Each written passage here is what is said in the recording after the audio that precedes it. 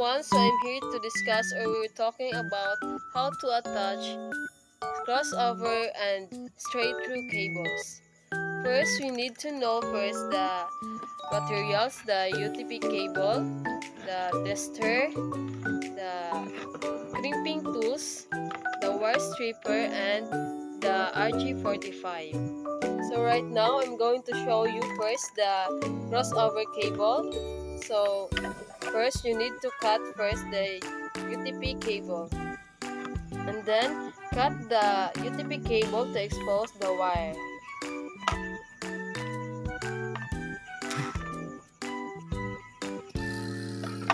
Then untwist the wire, then flatten. And after that, arrange the wire in its proper order. The first one is white-orange. Next is orange. Then the white-green. Then the blue. Next is white-blue.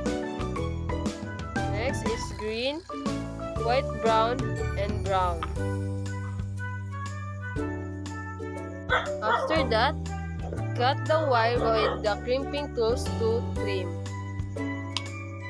And then, insert the wire in the RG45.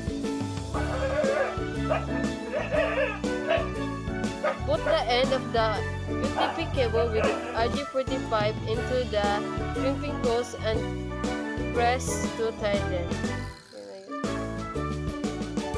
And to make the video short, I'm done with the second one, and we need to test if it is correct on how we attach the crossover.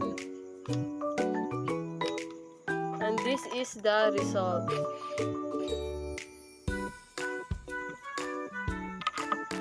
So I'm done with the first one, the crossover cable, and the second we will do is the straight through cable.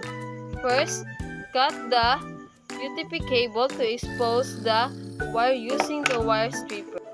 Then, untwist the wire, then flatten.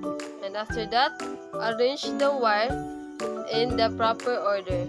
First is white-green, and then green, white-orange, then blue, white-blue, and then white-brown, and the last one is brown. After you arrange, cut the wire with the crimping tools to trim. And then, insert the wire into the RG45.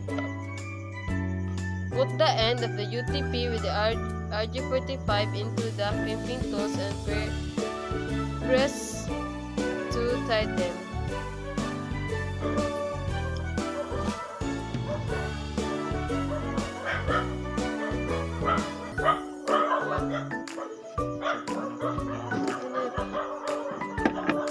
And this is the result.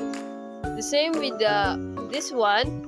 We will do it into the second one, and now we will test if it is correct on how we attach our straight through cable. And this is the result of our testing.